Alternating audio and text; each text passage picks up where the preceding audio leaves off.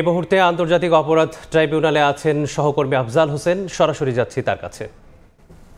জুলাই আগস্টের হত্যাযজ্ঞের মামলায় শেখ হাসিনা এবং আসাদুজ্জামান খান কামাল এবং চৌধুরী আব্দুল আল মামুনের রায় ঘোষণার দিন ধার্য করবেন আজকে। এবং আমরা যতটুকু জানি বা দেখে এসেছি যে সকাল 10:30টার পরে আন্তর্জাতিক অপরাধ ট্রাইব্যুনালের বিচার কার্যক্রম শুরু হয়। আজকে কখন বসবে সেই বিষয়টি আমরা এখনও পর্যন্ত নিশ্চিত হইনি। আর এই মামলাটি জুলাই গণঅভ্যুত্থানের প্রথম কোনো মামলার, যেটি আন্তর্জাতিক অপরাধ ট্রাইব্যুনাল রায় ঘোষণার দিন ধার্য করতে যাচ্ছেন।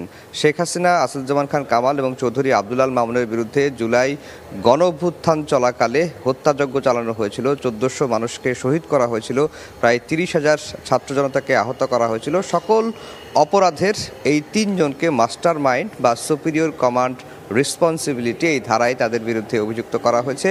এবং এই তিনজনের বিরুদ্ধে সুনির্দিষ্টভাবে 5টি অভিযোগ আনা হয়েছে। প্রথম অভিযোগটি হচ্ছে যে শেখ হাসিনা, আসাদুজ্জামান খান কামাল এবং চৌধুরী আব্দুল আল মামুনের উস্কানি, প্ররোচনা এবং নির্দেশনায় সারা দেশে যে হত্যাকাণ্ডগুলো ঘটেছে তার দায়, তার দায়িত্ব এই 3 আসামিকে নিতে হবে। এটি একটি অপরাধ তাদের বিরুদ্ধে আনা হয়েছে। শুধুমাত্র তাই নয়, জুলাই ছাত্র আন্দোলন চলাকালে ড্রোন ব্যবহার করে ছাত্র জনতার অবস্থান শনাক্ত করা এবং হেলিকপ্টার থেকে গুলি করা, লেথাল উইপেন ব্যবহার করা, মারণাস্ত্র ব্যবহারের নির্দেশ দেওয়া সংক্রান্ত যে অপরাধগুলো রয়েছে সেই অপরাধের দায় দায়িত্ব শেখ হাসিনা, আসাদুজ্জামান খান কামাল এবং চৌধুরী আব্দুল আল মামুনের বিরুদ্ধে আনা হয়েছে। আর যদি বলি এই মামলার বিচার কার্যক্রমের অংশটুকু যদি বলি যে এই মামলার তদন্ত শেষ হয়েছে বা শেষ হয়, তদন্ত প্রতিবেদন প্রসিকিউশন হাতে পায় হচ্ছে 12 মে 2025 এবং এরপরে আনুষ্ঠানিক অভিযোগ গঠনের শুনানি হয়। এবং আনুষ্ঠানিক অভিযোগ গঠনের শুনানি শেষে এই বছরের 10 জুলাই শেখ হাসিনা, আসাদুজ্জামান খান কামাল এবং চৌধুরী আব্দুল আল মামুনের বিরুদ্ধে